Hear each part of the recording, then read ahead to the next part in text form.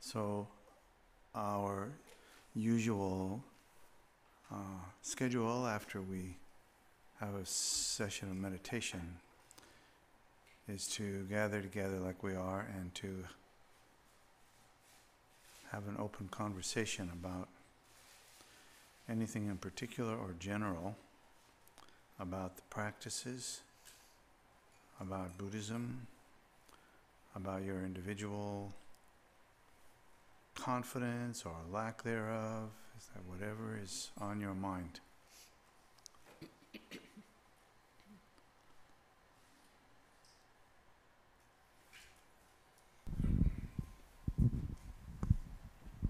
So I find it kind of funny that when we're sitting and I have the object and just sitting chill, and when you give that reminder about sometimes just let everything go, let meditation go, let the focus go, sometimes that seems like the freshest meditation that I get.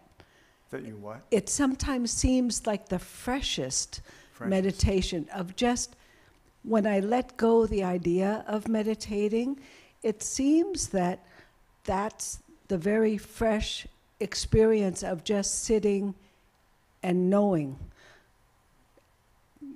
Of course, brief, but it's kind of funny that when I let go the meditating, there's the fresh meditating.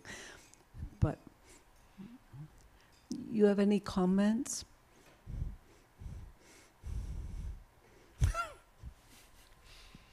Would you like a comment? Well, not like a 1 to 10. A fresh comment or an old one? But just that aspect of it has me question, well, just what is meditating? Yeah, this isn't the first time you've had that experience.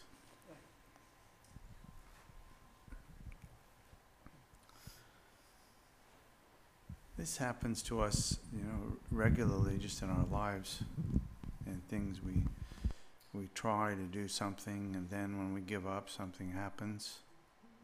So I think in one way, this is no different than all the other things that we might do, but it has an importance when we have that experience in the context of our meditation, because it's palpably fresh. It's not something that we did yesterday, or this seems like a little improvement over yesterday. It feels wholly different, right? It's like something new, kind of. So that is really a piece of what we paradoxically strive for. We strive for the very thing which is not always, but often undermined by the striving. But it's also not simple. It's interesting just to kind of explore that, because if you don't strive, you don't have the opportunity to stop striving. But it sounds crazy, but it's also some truth in that, right? So we learn something, that there's nothing lost there. We learn that, for example, that the way we think these things work is not necessarily how they actually work.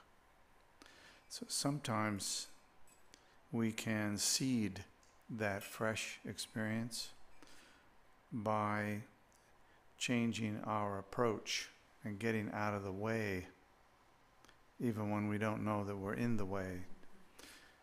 And sometimes we can get out of the way by doing something really quite different. And then, of course, when we do it, we discover that actually it didn't work. So I think there's a way in which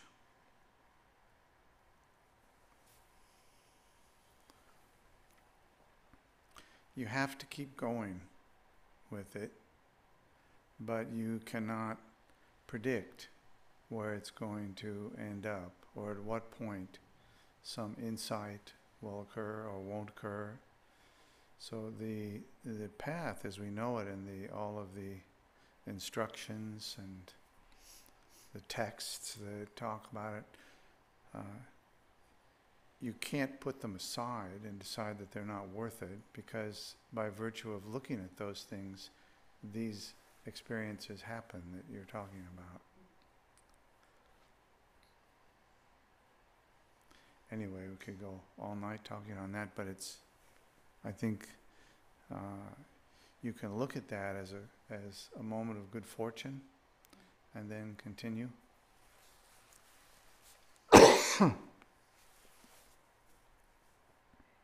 Okay? So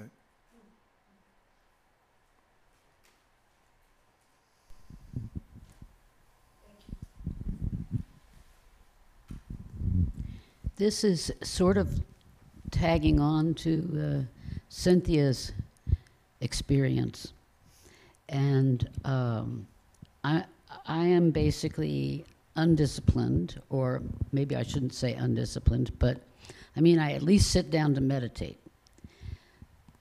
But sometimes when I'm doing shamatha, I'll start out and say, I'm going to follow my breath. I'm going to watch my breath. And I'll do that, and then sound enters the picture, and I get distracted enough by sound that I'm aware of it, and then I make a conscious decision that I will now follow sound as my point of reference for shamatha. And then sometimes after that, I will go back to breath, just because I feel like I started out on breath, I should try to finish up on breath.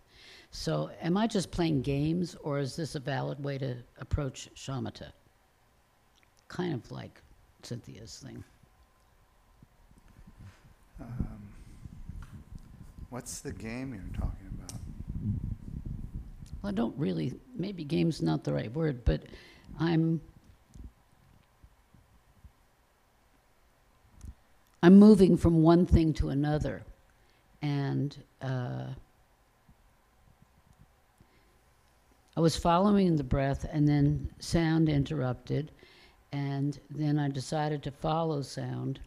And am I just entertaining myself with various forms of shamatha without the discipline of sticking to one? Is it better to stick to one, or given my kind of innate nature of doing things like that, is that a reasonable way to engage with shamatha? Now, is that clear? I'm not sure what you mean by your innate nature. Okay. Just to be a stickler. Come on, you know better than anybody what my innate nature is. Well, I've heard a lot about it. Okay, everything that you've heard in all of its diversity is my innate nature. Let's say a massive swallow and push and wave of diversity is my innate nature. Now, does that make sense? Oh, I'm not sure it needs to. It's really, I think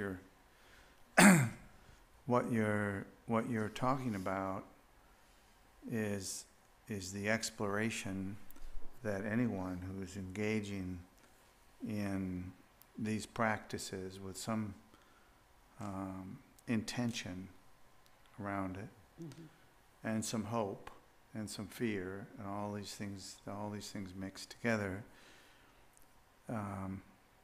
There's an exploration that naturally occurs, whether you want to do that or not.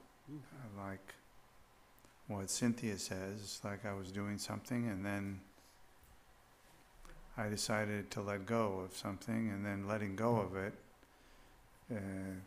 maybe depending on the particular session, maybe you feel like that was a mistake to let go of it. And on the other hand, you might feel like that was what needed to happen.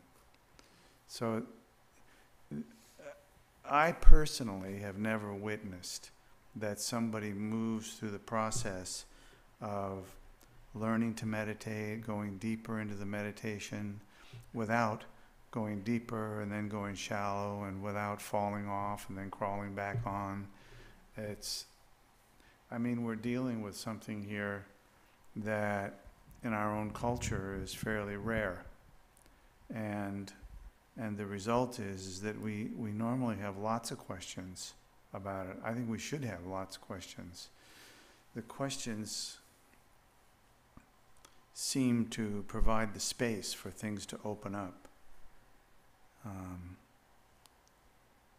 You need to be incredibly disciplined and incredibly sloppy. And not more or less, and not to dishonor the sloppy particularly, but that's what we do. We feel like, I've just gotten too slovenly around my practice. And maybe that's true, but who can say what the next thing will be? It might be that an insight that you're not looking for occurs, because what most of us could probably say is that if I had 50 insights over 20 years, the majority of those insights did not occur on a predictable basis. And the really good ones, probably even more so, did not occur on a predictable basis, nor were they reproducible by any means. And we can say all sorts of things about all of that, but I think that in totality, it's what you do if you are determined to get what is promised by virtue of engaging in the practices. It doesn't come exactly by a formula, and yet if you ignore all the formulas, it doesn't come by that either, for sure. So someone who is brand new, who's received no instructions at all, it's better to, usually better to be kind of strict about it. Just follow it exactly as it's said, and the teacher should probably be very careful and not go in all sorts of directions around it and all, but just the most helpful thing, if possible. The most helpful thing for that moment, for that day, for that session. But in the long run, most of those things, I think, end up like a pile of rubble. Like you just have a lot of leftover stuff. Things that you experienced, omelets you made and dropped the eggshells on the floor and stepped on them and can't find where they are. There's like all sorts of things happen.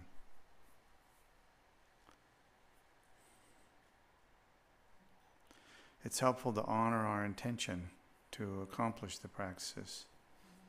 It's helpful to think about why are we doing it? I always think that's a good question to ask ourselves. Like, why are we doing this? Especially at a time when we aren't sure, so that we can ask ourselves more questions.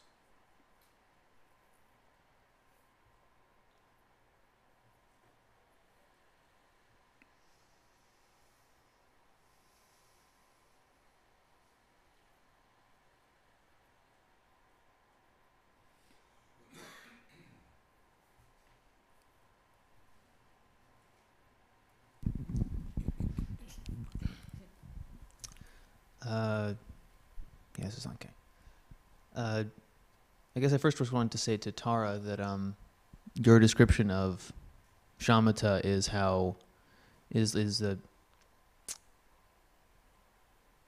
the only method I've found in which I've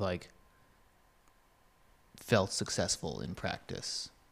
Just kind of, because if I try to implement some kind of formula or or stick with something for the entire practice, I get tense, my posture gets bad, I tense up my jaw, I just get tense. So the only way for me to actually rest naturally is to just do what you were talking about, which is rest wherever the awareness is. If, all of a sudden I hear the sound of one of the AC fan, one of the heaters, that's where I rest. If something catches my eye, like a cup or something, that's where I rest. Because if I say I'm going to rest on that one thing and that's it, everything else becomes distractions. But when I just let wherever I come to rest be the object, there is no distraction, I guess. But I have a question about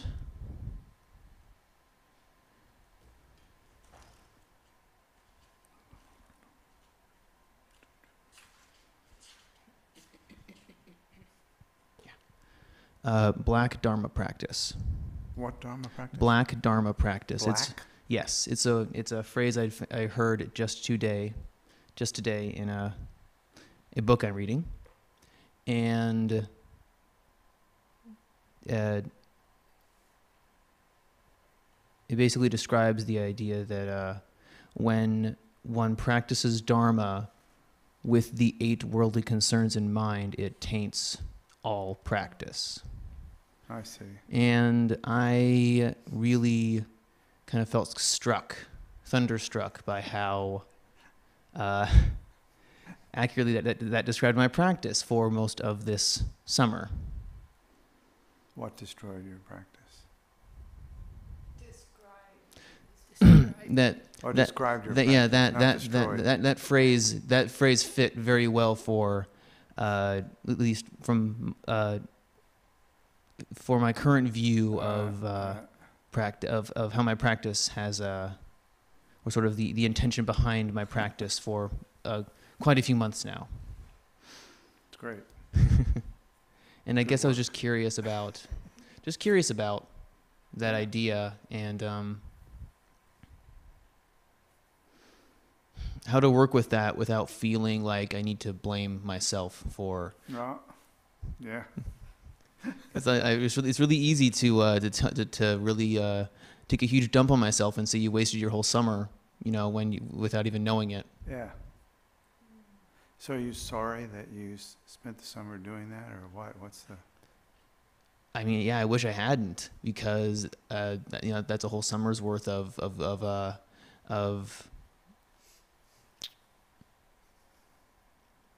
good what I thought were good intentions down the drain. Why do you say what you thought were good intentions?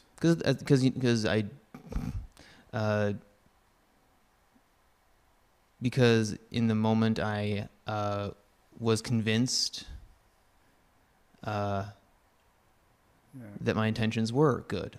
Yeah. Or I had managed to convince myself or something like that. Well, why do you think they weren't good? Do you know that they weren't good? Because the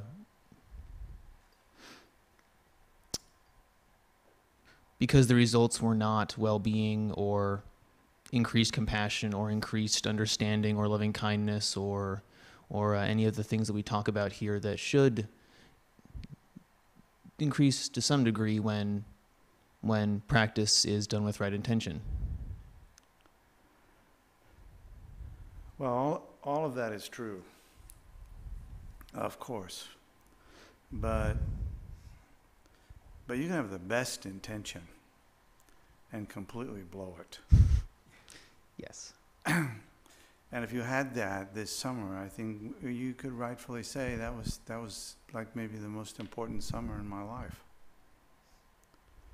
If it was a linear system where you engage in certain things in the beginning and there's a more or less guarantee about what will come out the other end, then that would be another matter. But actually, the guarantee is pretty much the opposite. It's not just random. It's pretty much that we will make a lot of mistakes. for a very long time. So what did you learn about black?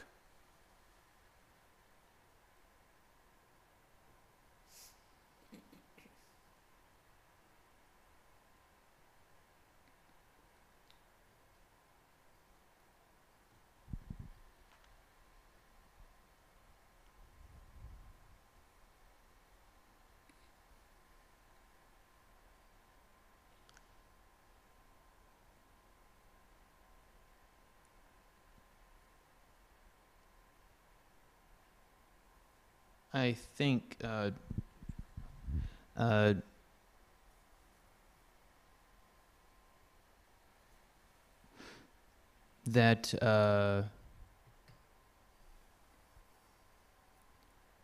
when I spent, no, that's not right.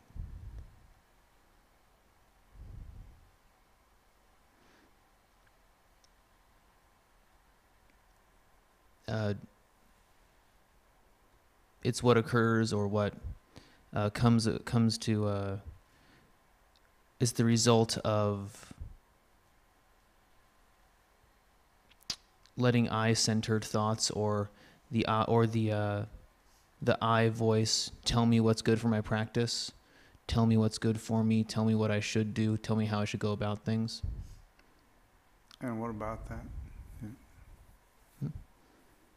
I mean, what about that?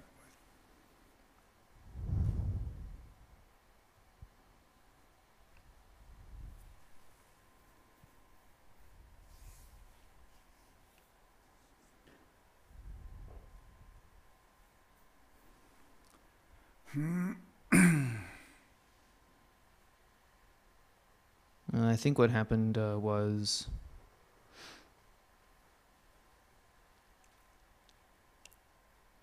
I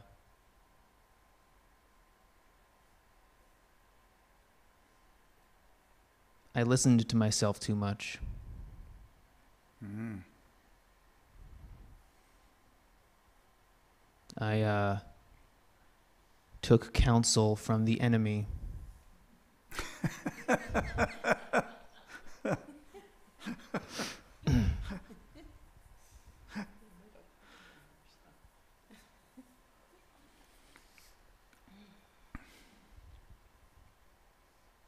I think this is, it's important. It's important to see those things. It's not important to judge them. If you see them clearly, then you see what's going on. Sometimes it's helpful to talk to ourselves about them, and other times it's not. The exploration, I think it's inevitable. If you don't have the exploration, then you don't get anywhere. Nothing happens. Well, you just stop.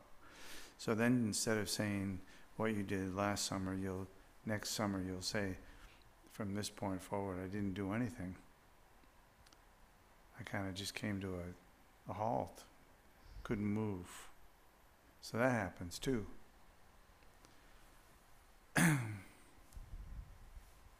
These things are all an inevitable piece of the process.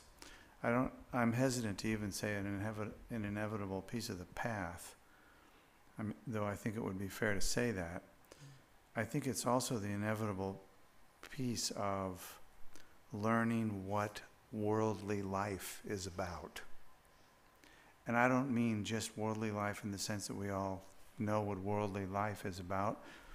That is to say, we have good and bad relationships. We get a job, it's a great job, and then we lose the job, and just the turmoil of the world that we swim around in, and from time to time think we really own it and can take responsibility for it, and then we discover actually it doesn't work that way. And usually, in my experience, every time I had that experience, I felt like, now I've got it. Now I've got it. It was never true. It still isn't. That's disappointing. It's not disappointing.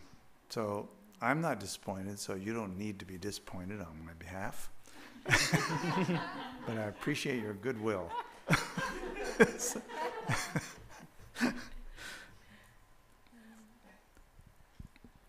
Those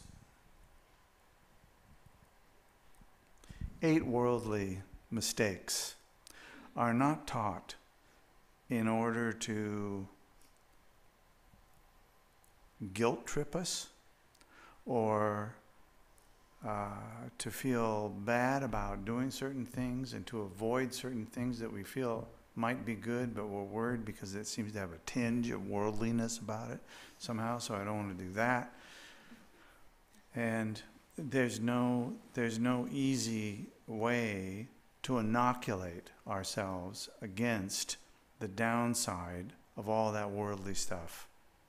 Even at the point where we can see ourselves once again, we have double-crossed ourselves. And what to speak of, our friends and family and everybody else too. It is so kind of ubiquitous, not just in our culture, but in our mind streams, our way of relating to ourselves and to others. This is why if you notice those 8, they're almost all involved.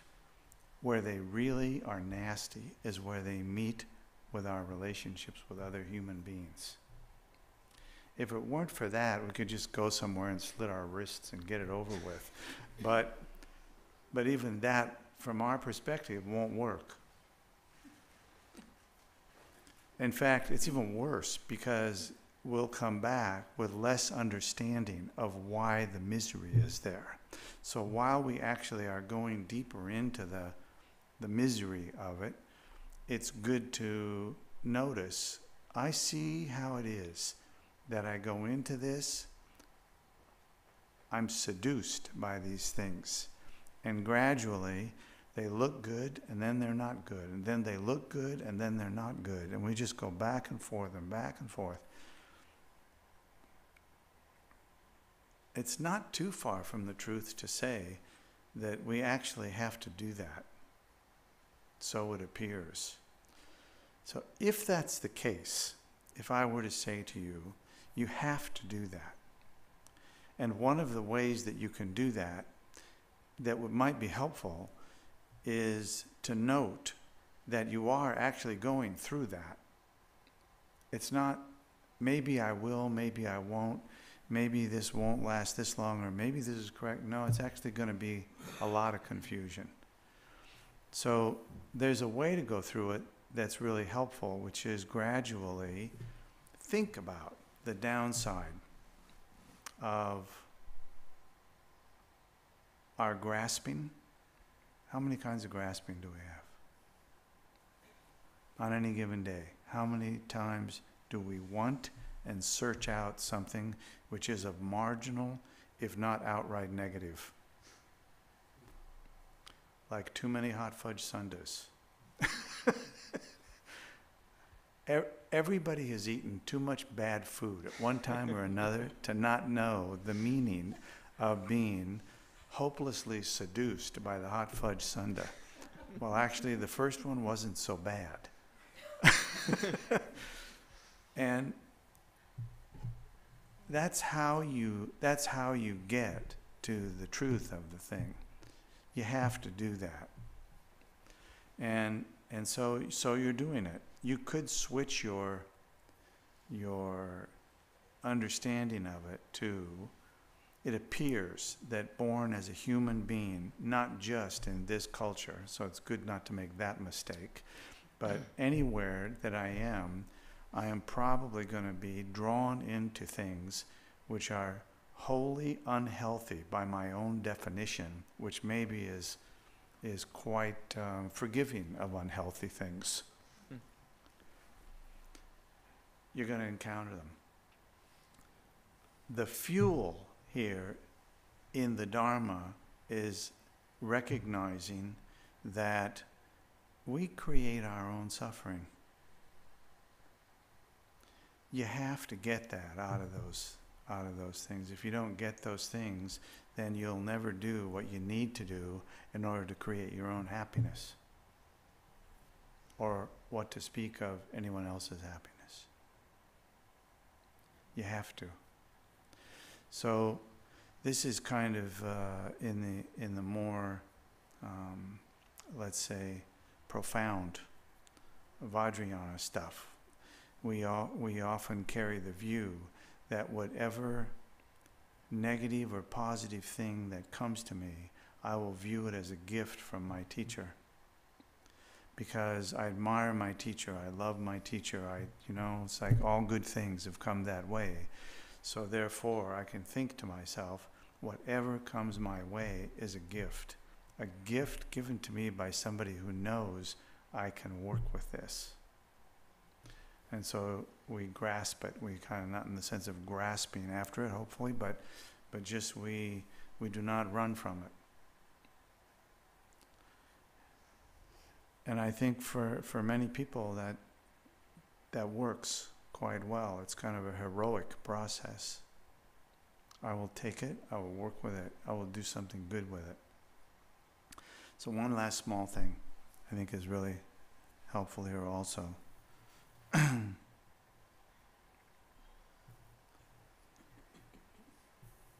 We spend a lot of time in our meditation, learning the meditations, talking about the meditations, all sorts of thinking about these things.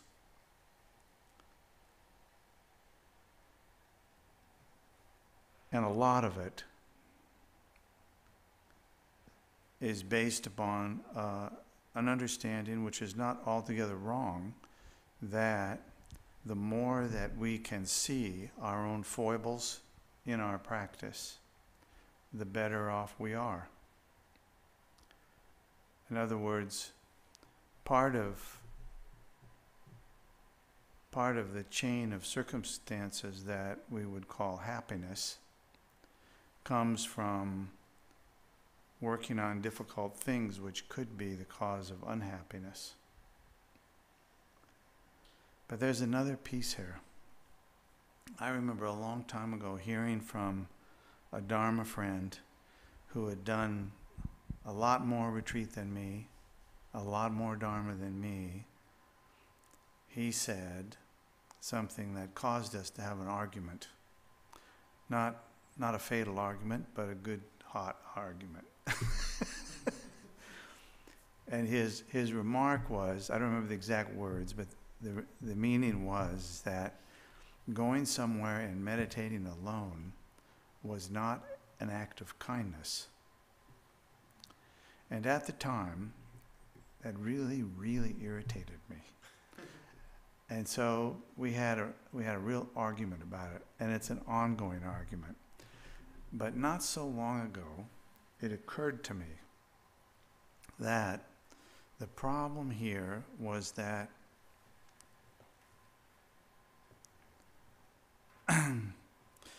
we have a sense of an understanding that exploring the causes of our own unhappiness, exploring my own grasping and aversion and fear and hope for things, all these things clearly lead to a lot of trouble.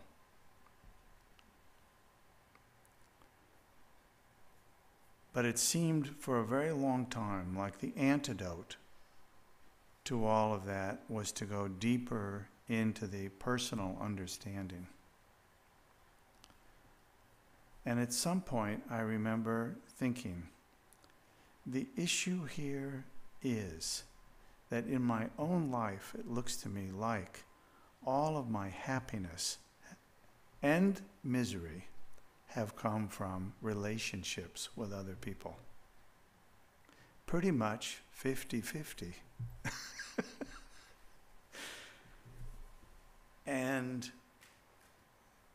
recognizing that and seeing that so many of our practices, I don't want to say all, but it's really a big chunk, are about working for the benefit of others. Not just physically, like going to a soup kitchen and all, that's fine.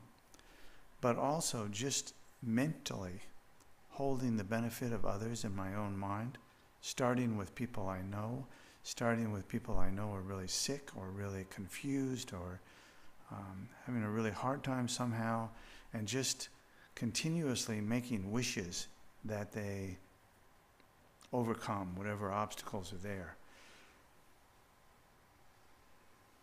It became clear that for me, my own personal happiness comes by virtue of working with others, much more so than working with my own confusion.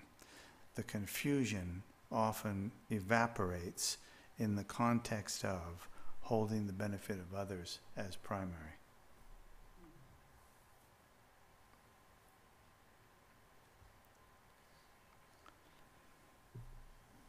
So between you and me, I think that's more than enough. Thank you very much.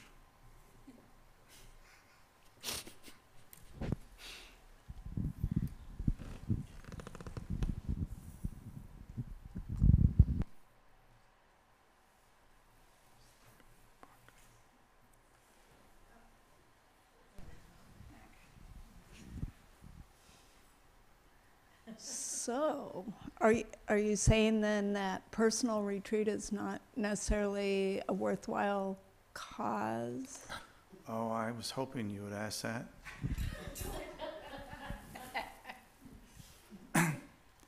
Because what comes to mind for many of us in our tradition is the image of Milarepa. So Milarepa, if I take the original comment by my friend and colleague, Milarepa would appear to be one of the most unkind beings in existence. And that just didn't seem right. So, a same thing. Yeah, exactly. So I think that the antidote to that misunderstanding is to understand, and could just use Milarepa for a moment, to understand that the practices, the meditations that people like Milarepa and Kala Rinpoche and like uncountable others, the Dogal Khensis and the Boka Rinpoches and the Karmapas and all, these people pray day and night for the benefit of others. So it's hard for it to be lost on us when we see them. They're almost always joyful. And they are not always experiencing particularly positive circumstances. And yet they almost always appear joyful. And so the dots there I want to connect are to not the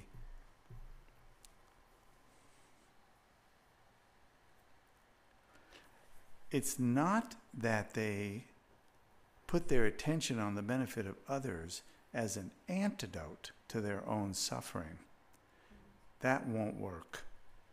What works is when we actually feel more concerned for others than we do for ourselves. So I think that therein lies one of the big pieces. You work for the benefit of others in your own mind. And of course you do things outwardly to the best of your ability, but the intention is critical. The intention is critical. It should lead to a kind of softness, is my personal opinion. A kind of soft kindness. And I don't mean that in the way of saying it's feminine or masculine or anything. It's just like genuine, like really caring about others. And we all know you can get there by practicing it. You see somebody who's unhappy, the first thing to do is think about how unhappy I've been and how unhappy they've been and how many people in the world are unhappy, not because of anything other than confusion. And out of confusion, they often put in place the very things that cause their unhappiness, and their intention is to bring about their own happiness, but it doesn't work. Well, sometimes it does temporarily. But I think the really deep joy that we see, Trungpa Rinpoche comes to mind again, since not too many weeks ago I saw a video that had been recorded about 3 weeks ago. And what we all know about Trungpa Rinpoche is he is perpetually joyful. Perpetually joyful. And he's like a Cheshire cat with the teeth, you know, and the smile and everything. And it just never goes away. And so here was a situation. He was in some kind of situation, and it's still there. And he's, I don't know how old he is. He must have passed away a dozen times in the last 5 years and returned. It just is amazing. And when you see that, you just have this sense of, that's what I want to do. I just want to do that. And if you did the practices, just like shamatha, and you did practice every day for all beings, your shamatha would probably be a lot better, and the confusion would be less, and the sense of joy would rise. I think we're all just always really close to it. We're just kind of on the edge of getting it. And occasionally we do get it. And then we get seduced by, I need that, I want that, I have to have this, I have to have that.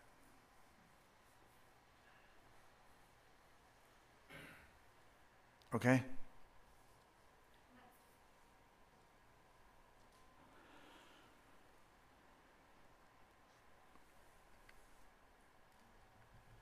Zopa, anything to add?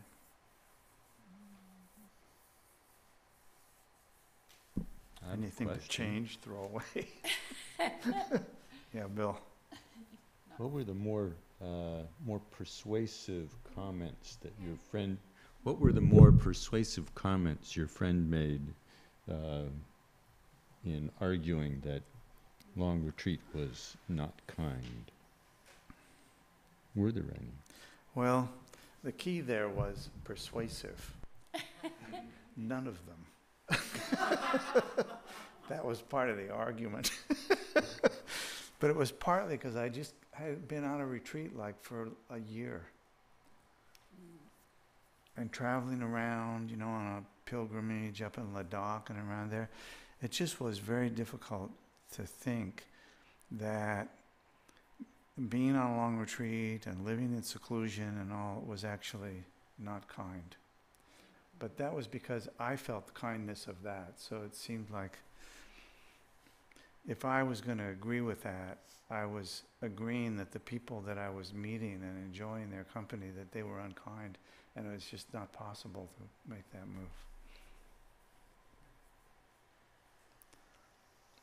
Nonetheless, I think it's an interesting thing to ponder. Is it kind?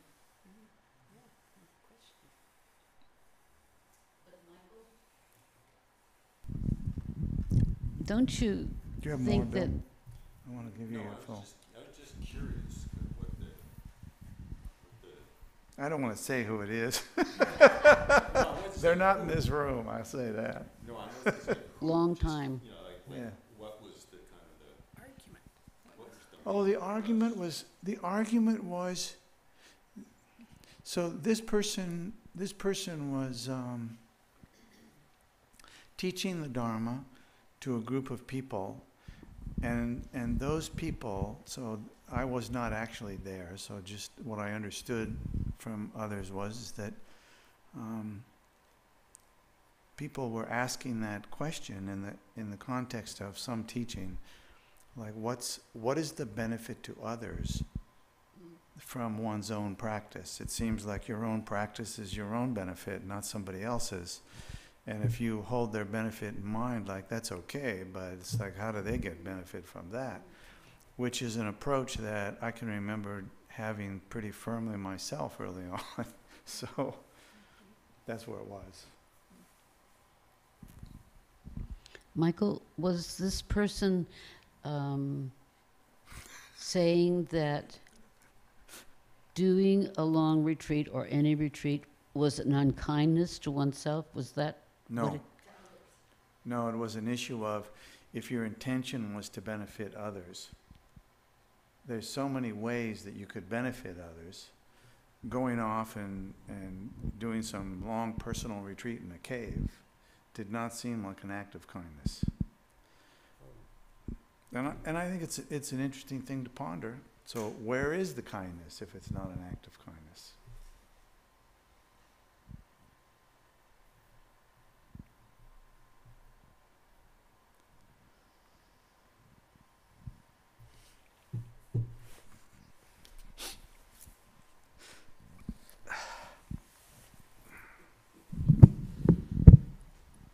I'm not buying the idea that it's not kind to go on long retreat. I'm not buying it either. It's like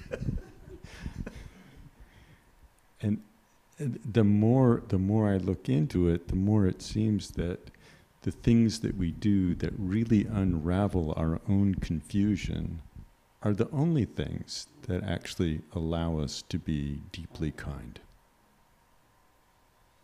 And it's almost directly proportional. And we always take time out to do one thing or another in our lives. And from the perspective of many lives, taking one life out is just, you could say it's the equivalent of going to college in order to be able to do something. mm-hmm. So, What I'm curious about is what did he think or she think was going to be kind if going on long retreat was unkind to others? What was kind? Yeah, what was kind? Well, I wasn't there. You know, it's like so. I think it's But you have to see what that must have looked like to that person, you know? I don't know. Didn't that person offer what his or her view of kindness would be? I mean, I would like to have heard that, you know? Yeah. I mean, we can all say but about... you can't. I just can't even come up with one idea of it, of what the kind... Yeah. Well, unless he's thinking or she's thinking of soup lines or collecting dimes, the March Well, of Dimes or something like that. Let me give. I mean, I don't have an answer to all of that because I wasn't there. Yeah, but weren't you engaged with this person in a conversation about this? Not at that time. This was more like other people just, you know, kind of reporting it. So, Oh, I mean, I think it's a great question. I'm like Bill. I don't buy it. But well, I don't either, but I want to know what the kind part is. From time to time, in past times, I borrowed it. You borrowed it? Yeah. That perspective? Well, not in the sense of a belief, but more in a sense of an exploration. So we have here this amazing example of Milarepa. So I tend to not trust things that have been written a long time ago and taken as quotes today when we know that actually they weren't quotes in the beginning. So it's like there's a lot of space there. But I have wondered, what is the kindness exactly?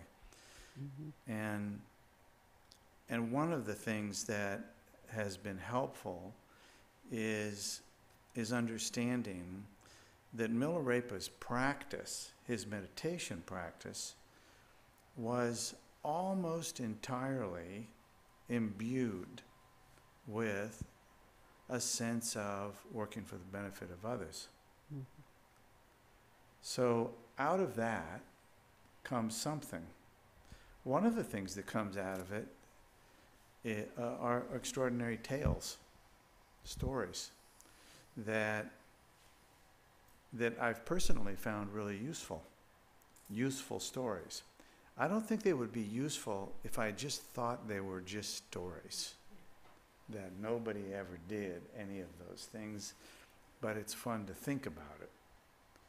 I think that actually, from meeting certain teachers in this world, primarily, spending a little time with them, it feels to me like some of those people do that kind of thing. When you're around them, you feel joy. And when you're unhappy for a long time and then you go to see them and you think they'll fix it, but when you just walk into the room where they are, you can't remember exactly what was wrong. It's so palpable on occasion.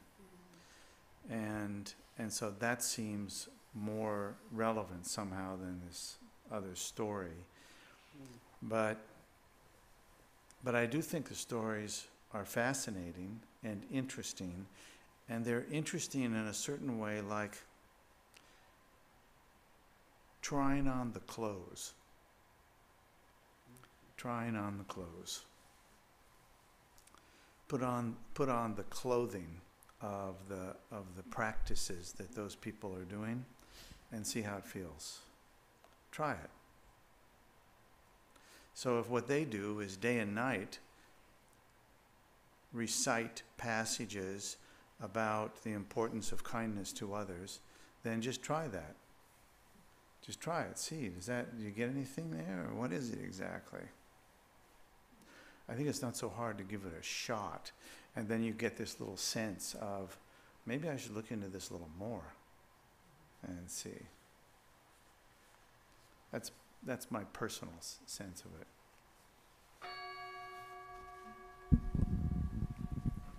I think it is true that we are most happy when we are not trying to get something for ourselves, but able and willing to give things to others.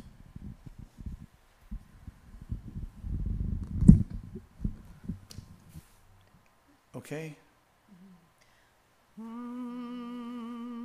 By this virtue may I quickly realize Mudra and establish all beings without exception in this state.